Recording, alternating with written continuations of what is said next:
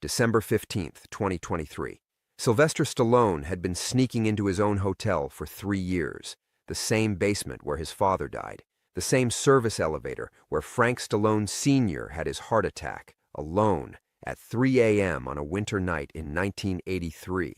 Security cameras caught him pocketing his father's old time card from a display case. They saw him take a janitor's badge from the memorial wall. What they didn't see was the tears. 2 guards cornered him by the service entrance. "Sir, we need you to empty your pockets." One reached for his radio, the other blocked the exit. In 60 seconds, everything would change. The truth about why Hollywood's biggest star bought a hotel would come out.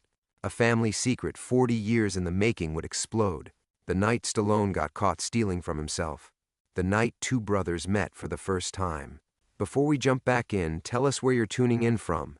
And if this story touches you, make sure you're subscribed because tomorrow I've saved something extra special for you. The fluorescent light buzzed overhead like an angry wasp. Stallone kept his hands visible, palms open, but didn't move toward his pockets. Not yet. The younger guard, maybe 25, eager eyes, fresh uniform, had his finger hovering over the radio call button. The older one, grizzled and thick around the middle, positioned himself between Stallone and the service door like he'd done this dance before. "Look, guys," Stallone said, his voice deliberately rough, Brooklyn accent thick as molasses. "This is just a misunderstanding." The older guard squinted. Something flickered in his eyes, recognition trying to surface through the dim lighting and Stallone's deliberately disheveled appearance. Baggy clothes, baseball cap pulled low, 3-day stubble. Not exactly the polished Hollywood image plastered on movie posters. "Misunderstanding." The younger guard's voice cracked slightly. "Sir, we watched you on camera. You took items from the memorial display. That's theft." The memorial display. Stallone's chest tightened. He'd commissioned it himself, working through lawyers and shell companies. A glass case honoring long-term employees who'd died in service. His father's time card sat there behind pristine glass, yellowed with age. December 18th, 1983. Frank Stallone Sr.'s last punch-out, 11:47 p.m. "Empty your pockets," the older guard repeated, but his tone had shifted, uncertain now. Stallone reached slowly into his jacket. The stolen time card crinkled between his fingers, next to the janitor's badge. Both items worth nothing to anyone else, priceless to him. His father's ghost lived in these objects, the only physical proof that Frank Stallone Sr. had existed in this building, had walked these halls, had died alone in the basement when his son was 3,000 miles away filming Rocky III. The younger guard stepped forward. "Sir, I need to see some identification." That was the moment everything balanced on a knife's edge. Stallone could feel it, the weight of 40 years pressing down like concrete. He could lie, give a fake name, let them arrest him, spend a night in jail protecting secrets that had already cost him too much. Or he could end this charade that had become his obsession. "You want to see ID?" Stallone pulled out his wallet with deliberate slowness. The older guard's eyes widened first. His name tag read, Martinez, J. 20-year veteran, according to the pin on his collar. He'd probably seen celebrities before. The Grand Palladium catered to A-listers when they visited Philadelphia, but none of them came through service entrances at midnight, stealing from memorial cases. "Holy shit," Martinez whispered. The younger guard, Thompson, his badge read, looked confused until Stallone stepped fully under the fluorescent light. The shadows fell away from his face, revealing the jaw that had launched 1,000 movie posters, the eyes that had stared down Apollo Creed and even Drago. Thompson's radio slipped from his fingers, clattering on concrete. "Sylvester Stallone," Martinez breathed. The name echoed in the narrow hallway. Stallone waited for the questions, the requests for autographs, the stammering apologies. Instead, Martinez took a step back, his expression shifting from shock to something harder. "What the hell are you doing here?" Martinez's voice carried an edge Stallone hadn't expected. "Breaking into hotel property? Stealing from a memorial?" "I wasn't stealing," Stallone said quietly. "Bullshit." Martinez pointed at the items in Stallone's hand. "Those belong to the hotel, to the families of the people being honored. You think being famous gives you the right to—" "I have every right." The words came out sharper than Stallone intended. 3 years of midnight visits, 3 years of grief and guilt, suddenly blazing to the surface. More right than anyone in this building. Thompson finally found his voice. "Sir, we need to call this in. Celebrity or not, theft is—" "Call who?" Stallone's laugh was bitter. "Building management? Corporate? The owner?" Martinez narrowed his eyes. "Yeah, the owner. Mr. Torino's gonna want to hear about this personally. He doesn't tolerate anyone disrespecting his employees, living or dead." Stallone almost smiled at that. Vincent Torino was a convenient fiction, a name on legal documents that traced back through enough shell companies and lawyers to disappear into Manhattan corporate mist. Torino's instructions were simple: maintain the memorial, keep the basement service areas exactly as they were in 1983, and never ask questions about the anonymous monthly donations that kept the Employee Memorial Fund running. "You really want to call Torino?" Stallone asked. "Damn right I do." Martinez reached for his radio. "I don't care if you're Rocky Balboa himself. Nobody disrespects—" "Martinez." Stallone's voice carried sudden authority, the kind that made movie crews fall silent. "Before you make that call, answer me one question. How long have you worked here?" 22 years, since I was 18. "Why? Ever wonder who really owns this place? Why it never gets sold, never gets renovated, never changes management?" Martinez hesitated, finger on the radio button. "Ever wonder why someone maintains a memorial for dead employees most hotels would have forgotten?" The fluorescent light buzzed, concrete walls pressed close. Somewhere in the building's depths, old pipes groaned like ghosts.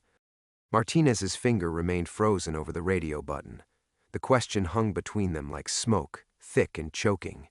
In the stretched silence, Stallone could hear his own heartbeat, could smell the industrial disinfectant that had haunted these hallways for decades, the same smell that had clung to his father's work clothes, the same chemical tang that had filled Stallone's childhood apartment whenever Frank Sr. came home from his shifts. "What are you saying?"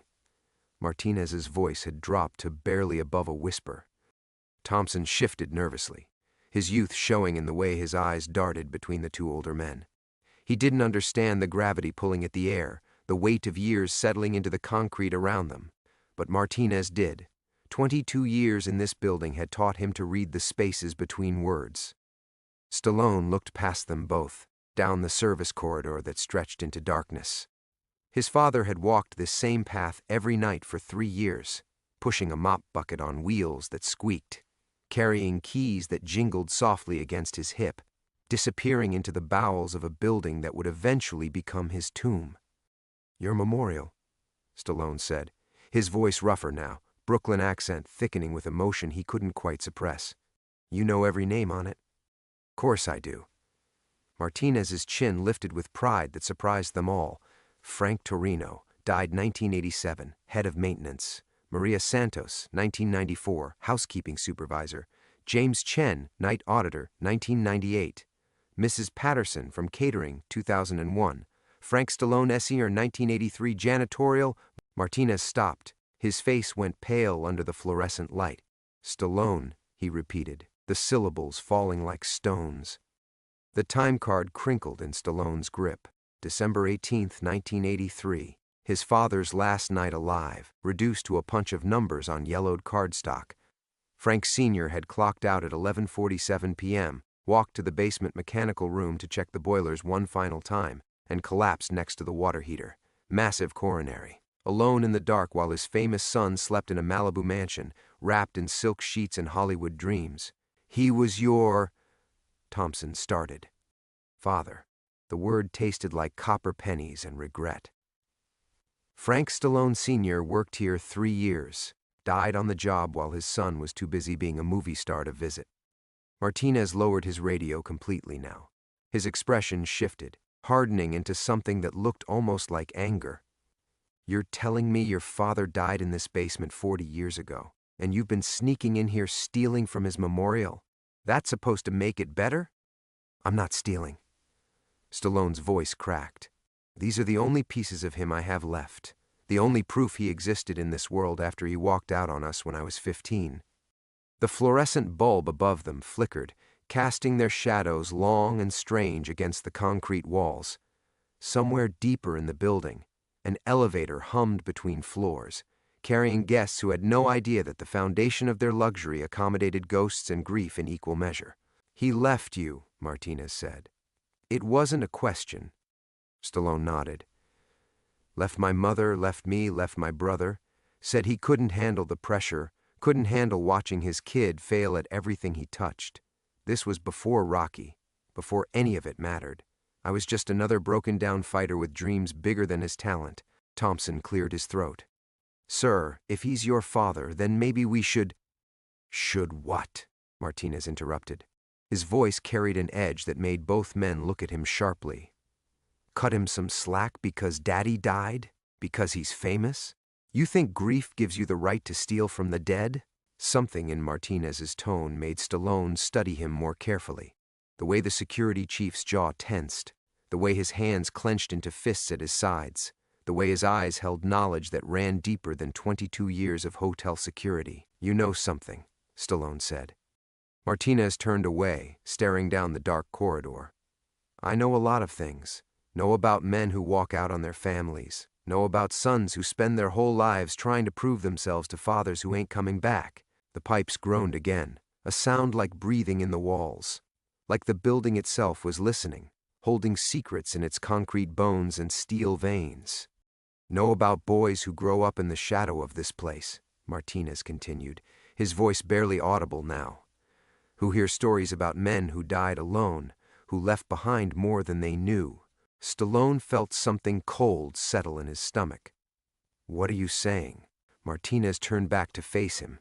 In the harsh fluorescent light, his features looked different, familiar in a way that made Stallone's chest tighten with recognition he didn't want to acknowledge. "I'm saying," Martinez whispered, "that you ain't the only one with a connection to Frank Stallone Sr." The radio crackled with static. The fluorescent bulb buzzed, and 40 years of buried secrets began to surface in a hotel basement where the dead refused to stay quiet. The words hit Stallone like a physical blow. The time card slipped from his fingers, fluttering to the concrete floor like a dying bird. Thompson looked between the two men, confusion written across his young face, but Stallone couldn't take his eyes off Martinez. The security chief's features seemed to shift in the harsh light. The set of his jaw, the line of his nose, the way his hands curled at his sides. "What did you just say?" Stallone's voice came out strangled. Martinez reached into his shirt pocket with deliberate slowness. He pulled out a worn photograph, the edges soft with age and handling. The image was faded, colors bleeding into sepia tones, but Stallone could make out two figures, a young woman in a hotel uniform and a man whose face made Stallone's chest constrict with recognition. "Maria Santos," Martinez said, holding the photograph between them like evidence in a trial. "Worked housekeeping here from 1980 to 1984. My mother," he paused, letting the weight settle. "She's in the memorial case too, died 10 years later, but that's not the important part." Stallone stared at the photograph. The man's face was younger, less weathered than his final memories, but unmistakable. Frank Stallone Sr. stood with his arm around the young woman, both of them smiling at something outside the camera's frame. The background showed the hotel's service entrance, the same doorway Stallone had used tonight. "No," Stallone whispered. "Yeah." Martinez's voice carried decades of pain compressed into a single syllable. "Frank Stallone Sr., the father who walked out on you? He didn't just walk away from your family. He walked toward mine." For a while, Thompson finally found his voice. "Jesus Christ, are you two brothers?" The word fell from Martinez's lips like a confession. Half-brothers, anyway. Same father, different mothers, different lives. His laugh was bitter as industrial disinfectant. "Though I guess we both got the same ending. A dad who died alone in this basement while his sons were somewhere else." Stallone's knees threatened to buckle. The concrete walls pressed closer. The fluorescent light buzzed louder, and the pipes groaned with the weight of 40 years' worth of secrets bleeding through the hotel's foundation. All those midnight visits, all those stolen mementos, all those hours spent grieving a father he thought he understood. And here stood another son, another casualty of Frank Sr.'s inability to stay. How long? Stallone managed to ask. How long did he stay with us? Martinez tucked the photograph back into his pocket. 3 years. Same 3 years he worked here. Met my mother during his first week, started spending time with her. I was born in 1981. He was around until I was 2, then, Martinez shrugged. Heart attack took him, right down there in the mechanical room. The mechanical room where Stallone had spent countless hours sitting in the dark, trying to commune with his father's ghost, where he'd left flowers that wilted and died in the stale air, where he'd whispered apologies to concrete walls that never answered back. You didn't know, Martinez continued, studying Stallone's face. All these years you've been coming here, stealing pieces of him, and you never knew he had another son working security, living in the same city, growing up 20 minutes from where you made your movies. Thompson shifted nervously. Should I call someone? I mean, this is... Who would you call? Martinez's voice turned sharp. Building management? The mysterious Mr. Torino who nobody's ever seen but somehow keeps this place running exactly the same for decades? He turned back to Stallone, understanding dawning in his eyes. You own this place, don't you? Stallone couldn't speak. The revelation had stolen his voice, left him hollow as the building's empty corridors. He nodded. How long? 15 years. Bought it through shell companies after I found out where he died. Stallone's voice was barely audible. Been coming here ever since, trying to understand why he left, trying to feel close to him somehow. Martinez laughed, but there was no humor in it.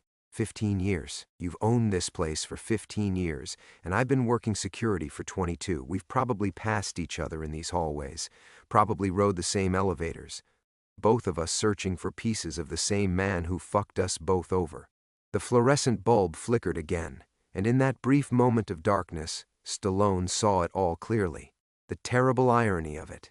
The cosmic joke that had kept them circling the same building, the same ghost, the same grief for decades without knowing. 2 sons haunted by the same father, employed by the same building, breathing the same recycled air thick with industrial disinfectant and buried secrets.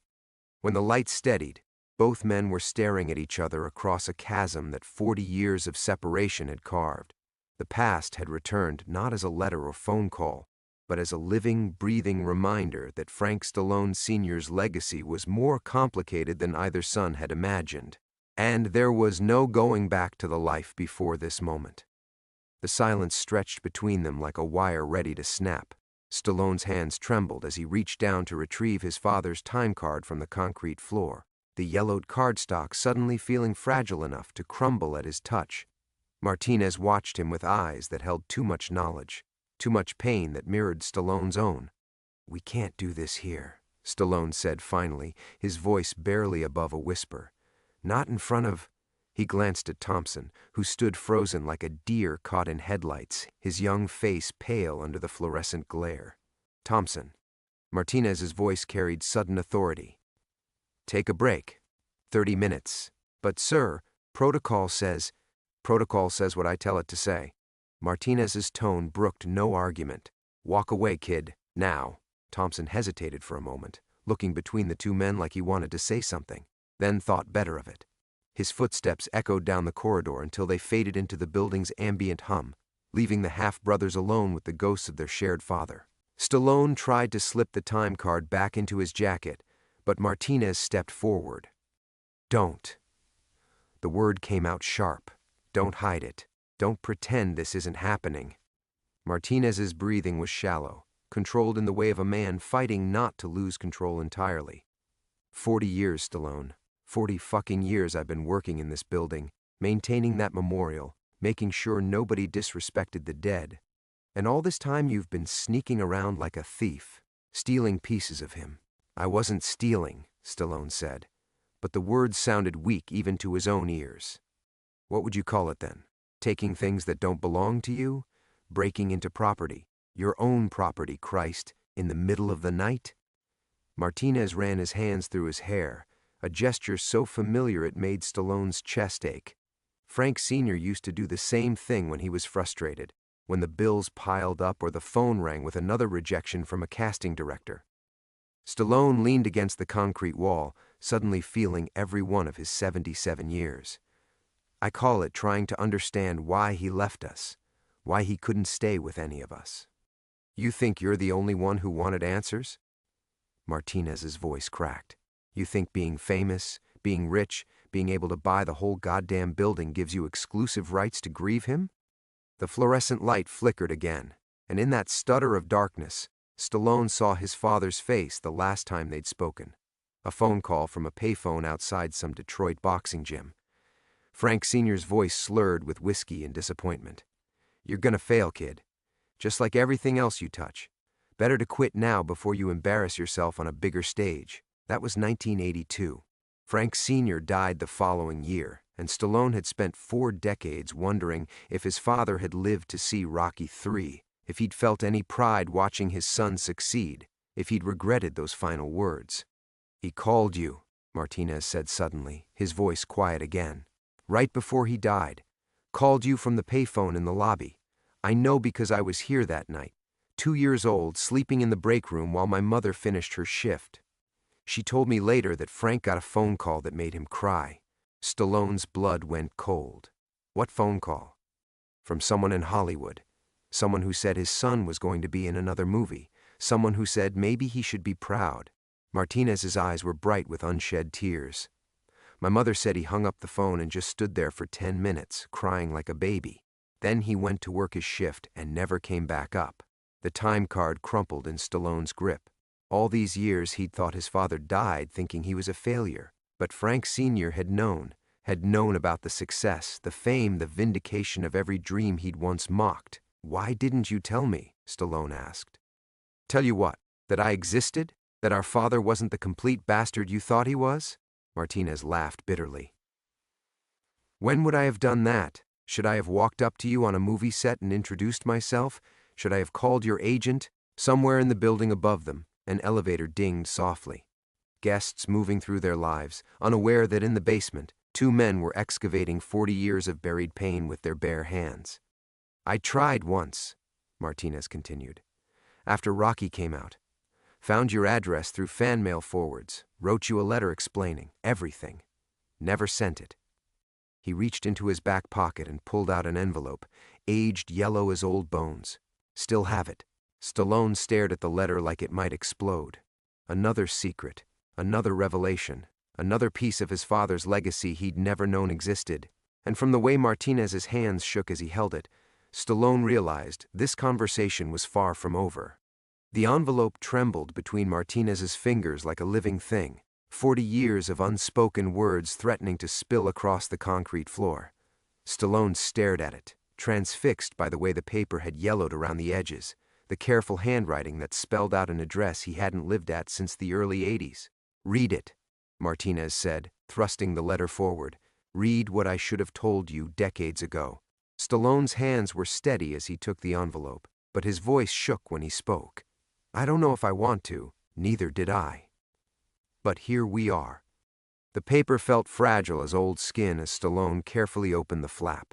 The letter inside was handwritten on hotel stationery, grand palladium letterhead, faded but still elegant. Martinez's handwriting was careful, deliberate, the penmanship of a young man trying to make the best impression possible. Dear Mr. Stallone, you don't know me, but I think we share something important. My name is Eduardo Martinez, and I believe Frank Stallone Sr. was my father, too. My mother worked housekeeping at the Grand Palladium Hotel in Philadelphia, where your father was employed until his death in December 1983. Stallone looked up from the letter, his throat constricting. How old were you when you wrote this? 26. Had just gotten my GED, started working security here full-time. Thought maybe, Martinez's voice trailed off. Thought maybe you'd want to know you had a brother. Stallone continued reading, each word cutting deeper than the last. I know this must be strange to hear, especially from someone you've never met. But I have photographs of them together, and stories my mother told me before she died. Frank Sr. used to talk about you sometimes. He was proud even if he didn't know how to show it. He kept newspaper clippings about Rocky in his locker. My mother said he would read them over and over during his breaks. Jesus Christ, Stallone whispered. The time card in his other hand felt suddenly insignificant compared to this revelation. His father had kept clippings, had been proud, had died knowing his son had succeeded, but never found the words to say so. I don't want anything from you. I just thought you should know that when Frank Sr. died, he wasn't completely alone. My mother was there. She held his hand while they waited for the ambulance. She said his last words were about wishing he'd been a better father to the son he left behind. The fluorescent light buzzed overhead like an angry insect, but Stallone barely heard it. The basement walls seemed to be closing in, pressing the weight of 40 years of misunderstanding down on his shoulders. All those midnight visits, all that grief, all that anger at a father he thought had died bitter and unforgiving. And there had been someone else there, someone else who had mourned. Why didn't you send it? Stallone asked, his voice barely audible. Martinez was quiet for a long moment, staring down the dark corridor where their father used to push his squeaking mop bucket. Because I was angry. Because every time I saw your face on a movie poster, I wondered why he stayed for your first 2 years but walked away from mine. Because I spent my whole childhood in the shadow of this building, and you got to escape. The accusation hung in the air like smoke. Stallone folded the letter carefully, his hands moving with the precision of someone trying not to fall apart. You think I escaped? Didn't you? Hollywood, fame, money. You got out of Philadelphia, made something of yourself. I stayed here, became part of the furniture. 22 years of night shifts, watching other people come and go while I kept guard over the dead. You think fame makes it easier? Stallone's voice turned sharp. You think success erases the fact that your father walked out when you needed him most? I spent 40 years wondering if I was the reason he left. Wondering if he died hating me for being weak, for failing at everything I touched. But he didn't hate you, Martinez shot back. That's what the letter says. That's what my mother told me. He was proud of you. He kept those clippings like they were treasure. Then why didn't he call me? Why didn't he try to make amends before he died? Martinez's laugh was bitter as black coffee. Same reason you never tried to find him. Pride, shame, fear that it was too late to fix what got broken. The pipes groaned again, and somewhere in that sound, Stallone heard the echo of his father's voice from that last phone call. The disappointment, the resignation, the terrible certainty that love wasn't enough to bridge the gap between expectation and reality. There's more, Martinez said quietly. Things the letter doesn't say. Things my mother made me promise never to tell anyone. Stallone looked up sharply. What things? Martinez's eyes were dark as the corridor behind him. Things about why he really left your family. Things about what happened in those last 3 years. Things that would change everything you think you know about Frank Stallone Sr. The basement fell silent except for the building's mechanical breathing. And Stallone realized that 40 years of secrets were only the beginning. The confession hung between them like a blade waiting to fall. Stallone's grip tightened on the letter, the paper crinkling under the pressure of 40 years of suppressed questions finally demanding answers. Tell me, he said, and his voice carried the weight of every sleepless night he'd spent wondering about his father's abandonment. Martinez closed his eyes, as if the words were too heavy to speak while looking at his half-brother's face. My mother didn't just work housekeeping here. She was Frank's confidant, the person he talked to when the guilt ate him alive. And according to her, he didn't leave your family because he wanted to. The fluorescent light flickered again, casting shifting shadows across the concrete walls. Stallone felt something cold settle in his stomach. He was sick, Martinez continued, each word falling like a hammer blow. Had been for months before he left. Heart problems, but more than that. Some kind of neurological thing the doctors couldn't figure out. Made him unstable, angry, violent sometimes. No. The denial escaped Stallone's lips before he could stop it. He was never violent, never laid a hand on any of us. That's exactly why he left. Martinez opened his eyes, and they were bright with unshed tears. My mother said he came to work one night with bruises on his knuckles. Said he'd lost control, hit something, a wall, he claimed, but she didn't believe him. Said he was terrified of what he might do if he stayed, terrified of hurting you or your mother or your brother. The basement tilted around Stallone.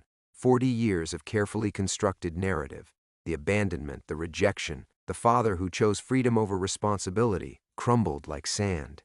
He remembered those final months before Frank left. The way his father would disappear into the bathroom for long periods, emerging with red eyes and shaking hands. The way he'd stopped hugging them goodnight, stopped touching them altogether. "He protected you by leaving," Martinez said softly. "That's what my mother believed. That's what she told me when I was old enough to understand why my father never took me to ball games or helped with homework. But he stayed with you," Stallone managed. "For 3 years he stayed. Because I was a baby. Because he thought maybe the sickness wouldn't affect how he treated an infant. And because my mother was strong enough to handle him when the episodes got bad." Martinez's voice cracked. But it got worse. "The last 6 months," she said, "he barely spoke, just worked his shifts, sat in that memorial room for hours, staring at photos of employees who died, like he was waiting to join them." The revelation hit Stallone like physical blow. All those years of believing his father had chosen to leave, had simply walked away from the responsibility of family, and the truth was, Frank Sr. had sacrificed his own happiness to protect them, had spent his final years in exile, working nights in a hotel basement, dying slowly and alone, rather than risk hurting the people he loved most. "Why didn't anyone tell me?" Stallone's voice was barely a whisper. "After he died, why didn't anyone—" "Because my mother made me promise. Said it wasn't her place to ease your pain with his secrets. Said some truths were heavier than the lies they replaced." Martinez reached into his pocket and pulled out another photograph. This one showing Frank Sr. in the hotel's memorial room, standing before a wall of employee photos. Even in the faded image, his face looked gaunt, haunted. "But I've carried this for 40 years, watching you sneak around this building like a guilty thief, when you should have been mourning a father who loved you enough to break his own heart." The pipes groaned overhead, and Stallone realized the sound wasn't mechanical stress. It was the building settling under the weight of all these buried truths. He thought about every midnight visit, every stolen memento, every hour spent in the mechanical room trying to commune with his father's ghost. And all that time, the ghost had been trying to tell him, "I left because I loved you. I died alone because I couldn't bear to hurt you." "There's something else," Martinez said, his voice dropping to barely audible. "Something my mother found in his locker after he died. Something I've been carrying around for 40 years, waiting for the right moment to—" He stopped mid-sentence, his eyes focusing on something beyond Stallone's shoulder. Footsteps echoed down the corridor, not Thompson's familiar gait, but the measured stride of someone with authority. "Shit," Martinez breathed. Hotel management. They must have gotten an alert about the security breach, but as the footsteps grew closer, Stallone realized this conversation, this excavation of 40 years of buried pain, was about to become even more complicated, because some secrets, once exposed to light, had a way of multiplying in the darkness, and the darkness in the Grand Palladium Hotel basement was deep enough to hide decades of truth.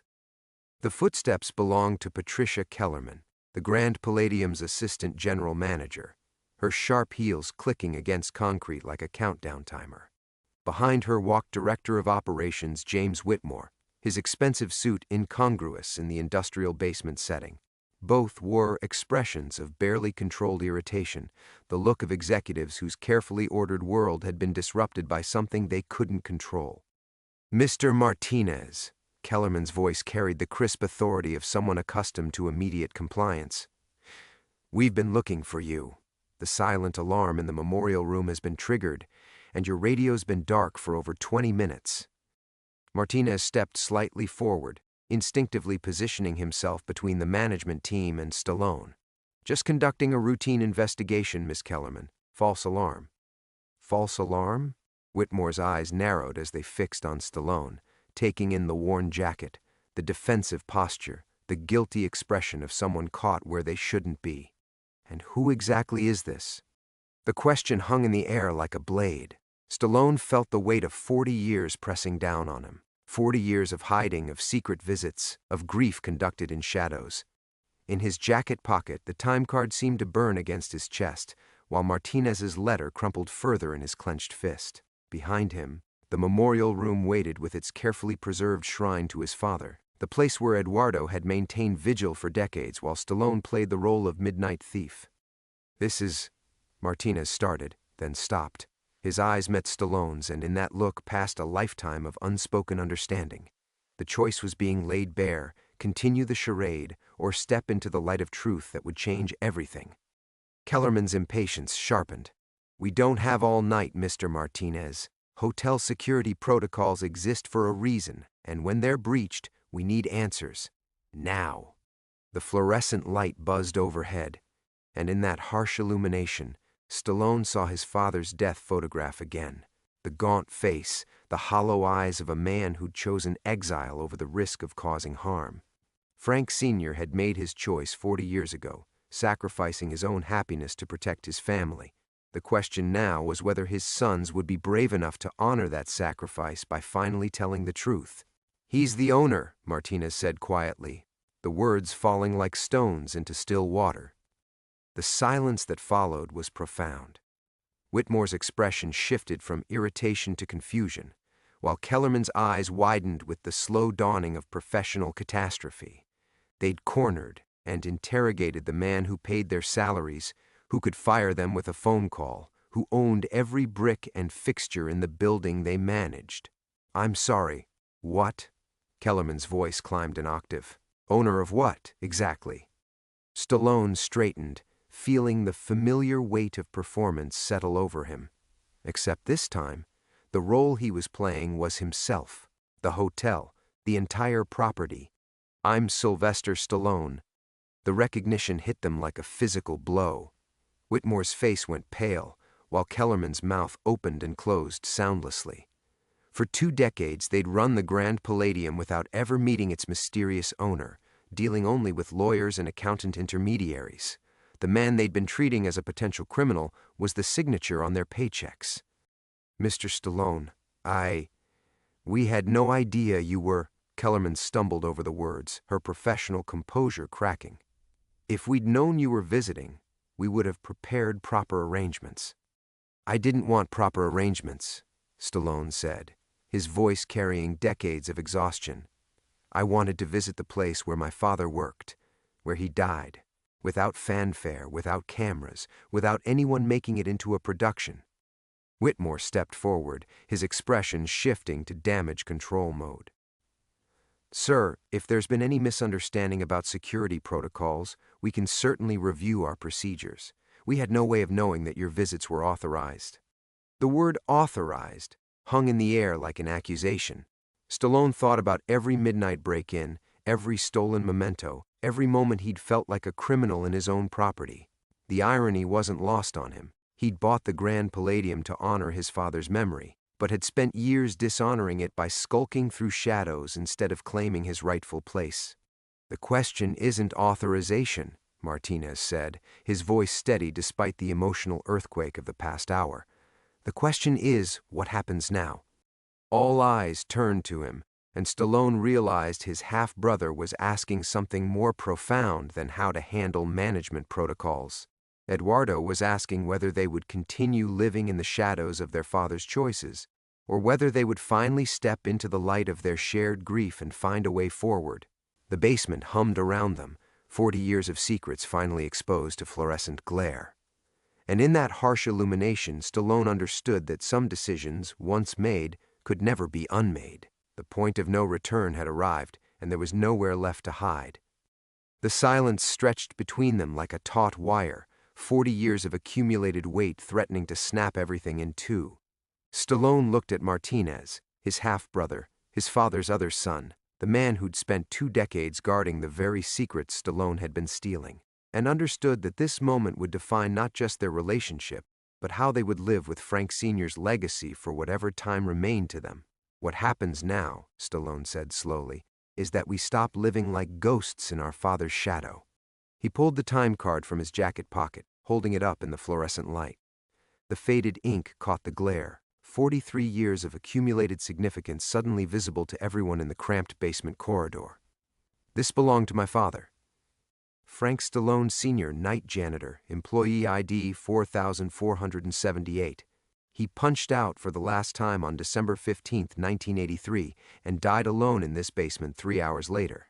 Kellerman and Whitmore exchanged glances, clearly struggling to process the emotional weight of what they were witnessing. Their boss, The mysterious owner, who'd remained invisible for decades, was holding a piece of cardboard like it was sacred text, his voice thick with grief they couldn't begin to understand. "For 20 years, I've owned this hotel," Stallone continued, his voice gaining strength. "Bought it through shell companies and legal intermediaries because I couldn't bear to admit why I wanted it. I told myself it was about real estate, about investment opportunities, about anything except the truth." He looked directly at Martinez. "The truth is that I bought this place because I thought if I owned it, I could somehow own my grief, control it, keep it locked away in these basement rooms where no one could see how much it still hurt." Martinez's eyes were bright with understanding. He reached into his own pocket, pulling out the letter he'd written and never sent, the pages soft with decades of handling. "And I stayed here for 22 years, took every night shift I could get, because I thought if I guarded this place long enough, I could somehow earn the father I never really had, could make up for being the son he had to settle for after losing you." The confession hit Stallone like a physical blow. All those midnight visits, all those years of feeling like an intruder in his own property, and Eduardo had been there, watching, protecting, mourning the same man from the other side of an invisible wall. "You weren't the son he settled for," Stallone said quietly. "According to your mother, you were the son he got to love without fear, the one he could hold without worrying about his sickness, his anger, his failing mind." "But he died thinking about you," Martinez replied. "My mother said his last words were about the son he left behind, about wishing he'd found another way." Whitmore cleared his throat awkwardly, clearly uncomfortable with the emotional intensity crackling between the two men. "Perhaps we should move this conversation to a more private setting, the executive conference room, or—" "No." Stallone's voice cut through the suggestion like a blade. "This conversation happens here, in the place where Frank Sr. spent his last years, where he died, where we've both been hiding from the truth ever since." He turned to face Kellerman and Whitmore directly. "I've been sneaking into my own property for 20 years because I was ashamed of my grief, because I thought successful people, famous people, weren't supposed to still be broken by their father's choices. But Eduardo here, my half-brother, he's been carrying the same pain while doing his job with dignity, protecting this place, honoring our father's memory the right way." Martinez's breath caught. "Half-brother?" The word hung in the fluorescent-lit air like a revelation. For all their shared understanding, for all the truth they'd excavated in the past hour, the simple acknowledgement of their blood relationship carried more weight than any of the secrets that had preceded it. "Eduardo Martinez," Stallone said formally, extending his hand. "You're Frank Stallone Sr.'s son. That makes you my family." The handshake lasted longer than protocol demanded. 40 years of parallel mourning finally converging into something that looked like recognition, acceptance, perhaps even the beginning of healing. "What I want to know," Stallone said, turning back to the memorial room where his father's photograph waited among the other forgotten dead, "is what you found in his locker, what you've been carrying for 40 years. Martinez's hand moved to his jacket pocket, where something small and significant waited to be revealed. The last secret, the final piece of Frank Sr.'s puzzle. The basement hummed around them, but for the first time in decades, the sound felt less like mechanical breathing and more like absolution. The point of no return hadn't been about revelation after all. It had been about whether they would choose to remain strangers bound by shared grief, or become brothers united by their father's complicated love. The choice had been made. Now came the harder work of living with the consequences. Martinez's fingers trembled as he withdrew a small, tarnished metal object from his jacket pocket. In the harsh fluorescent light, it resolved into a St. Christopher pendant, the patron saint of travelers, hanging from a broken chain. The silver had darkened with age, but the engraved words on the back were still legible. "For Sly, may you find your way home. Love, Dad." The pendant swayed between them like a pendulum marking 40 years of lost time. Stallone's breath caught in his throat, recognition hitting him with the force of a physical blow. He remembered that Christmas morning when he was 12, remembered his father's calloused hands fastening the chain around his neck, remembered Frank Sr.'s voice saying, "Doesn't matter how far you travel, son. This'll always bring you back to what matters." He'd lost it years later, assumed it had fallen off during one of his construction jobs in New York. All this time, it had been here, waiting in a basement locker like a message in a bottle. He was wearing it when he died, Martinez said quietly. Had your name engraved on it, but he'd been carrying it in his pocket instead of wearing it. Like maybe he thought he didn't deserve to keep something meant for you. Stallone took the pendant with hands that shook despite decades of learning to control his physical reactions for cameras. The metal was warm from Eduardo's body heat, 40 years of his half-brother's vigil transferred through simple human contact. Around them, Kellerman and Whitmore stood in respectful silence, witnessing something too profound for executive protocols to address. All these years, Stallone whispered, I thought he'd forgotten about me, thought he'd just walked away and never looked back. He never stopped looking back, Martinez replied. According to my mother, he kept a photo of you and your brother in his work shirt pocket, would take it out during breaks, stare at it like he was trying to memorize your faces all over again. The basement corridor felt smaller suddenly, as if the walls were contracting under the weight of accumulated sorrow. But for the first time in decades, Stallone didn't feel trapped by the space. Instead, he felt oddly liberated, as if confessing his ownership of the building had somehow transferred its emotional ownership as well. He looked at his half-brother, this man who'd spent 22 years guarding their father's memory while Stallone played midnight thief, and understood that the real theft hadn't been the mementos he'd taken. It had been the years they'd both stolen from themselves, living parallel lives of grief instead of shared healing. I want to do something, Stallone said, his voice gaining strength. Something that honors what he was trying to do here, what you've been protecting. Martinez waited, the unspoken question hanging between them. The memorial room. I want to expand it, make it a proper tribute, not just for hotel employees, but for all the invisible workers, the janitors, the security guards, the night shift people who keep the world running while everyone else sleeps. Stallone's words came faster now, 40 years of suppressed purpose finally finding voice. A place where their families can come, where their stories get preserved, where death isn't just a footnote in employment records. Kellerman stepped forward hesitantly. Mr. Stallone, if you're considering renovations, we'd need to discuss budget allocations and... Money isn't the issue, Stallone cut her off. This isn't about profit margins or hotel ratings. This is about making sure Frank Stallone Sr.'s death meant something. Making sure Eduardo's vigil wasn't wasted. Martinez's eyes were bright with unshed tears. You'd really do that? Transform this whole basement into something beautiful? We'd do that, Stallone corrected. Together, as Frank Sr.'s sons, as brothers who finally understand what he was trying to teach us. The pendant swayed between them again, catching the fluorescent light. Stallone fastened the broken chain around his neck, feeling the weight of it settle against his chest like an anchor. Not the kind that dragged you down, but the kind that kept you steady in rough waters. Around them, the basement hummed with its familiar mechanical breathing, but the sound had changed. No longer ominous or haunting, it was simply the rhythm of a building at work, a heartbeat that connected past to present to whatever future they would build together.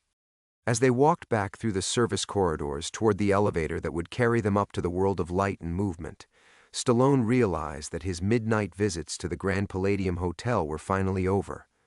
Not because he'd been caught, not because the secrets were exposed, but because he no longer needed to steal moments with his father's ghost. The ghost had been laid to rest. In its place was something more valuable than any memento he'd ever taken, the understanding that Frank Sr.'s greatest gift hadn't been his presence, but his absence, the sacrifice of a sick man who loved his children enough to protect them from his own deterioration. And in the end, that love had brought his sons home to each other.